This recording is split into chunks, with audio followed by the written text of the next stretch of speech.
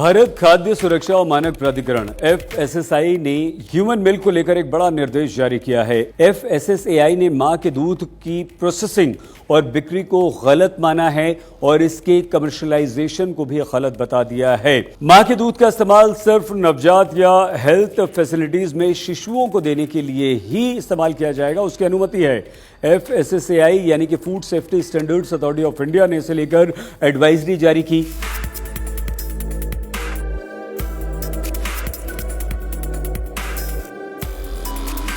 नमस्कार, आप देख रहे हैं हेलो हेल्थ और आपके साथ मैं हूं सईद अंसारी। भारतीय खाद्य सुरक्षा एवं मानक प्राधिकरण FSSAI ने FSS अधिनियम 2006 के अंतर्गत ह्यूमन मिल्क की प्रोसेसिंग और बिक्री की अनुमति देने से इनकार कर दिया है।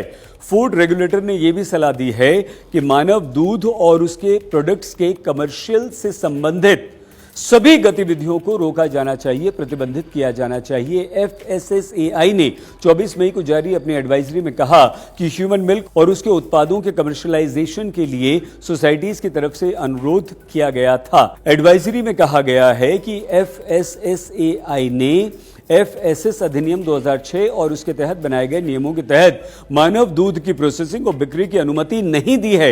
इसीलिए यह सलाह दी जाती है कि मानव दूध और उसके प्रोडक्ट्स के कमर्शियलाइजेशन से रिलेटेड सभी एक्टिविटीज, गतिविधियों को तुरंत रोक दिया जाना चाहिए। अगर कोई भी ऐसा करता है तो उससे FBS अधिनियम 2006 और उसके तहत बनाए गए नियम का उल्लंघन माना जाएगा और उसके विरुद्ध कड़ी कानूनी कार्रवाई की जाएगी। FSSAI ने बताया कि कुछ कंपनियां डेयरी प्रोडक्ट्स के आड़ में मानव दूध का व्यापार कर रही हैं। ब्रेस्ट मिल्क को सिर्फ डोनेट किया जा सकता है, बेचा नहीं जा सकता। इसके बदले किसी भी तरह का कोई पैसा या फायदा नहीं लिया जा सकता। डोनर ह्यूमन मिल्क की बिक्री नहीं की जा सकती और ना ही कोई कमर्शियल यूज आप कर सकते हैं। अगर शिशु और मां ब्रेस्ट फीडिंग के लिए स्वस्थ हैं तो ये फर्ज निभाना ही होगा। FSSAI ने कहा कि इसके अलावा राज्य और केंद्रीय लाइसेंसिंग प्राधिकरणों को यह सुनिश्चित करना चाहिए कि मां का दूध या मानव दूध और उसकी प्रोसेसिंग या बिक्री में शामिल ऐसे FBOs को कोई लाइसेंस नहीं दिया जाए। FSSAI ने कहा कि हाल ही के वर्षों में कुछ कंपनियां इस तरह के दूध की बिक्री और प्रोसेसिंग का काम कर रही हैं। कुछ कंपनीज डेयरी प्रोडक्ट्स का हवाला देकर FSSAI का लाइसेंस लेने में सफल हो गईं।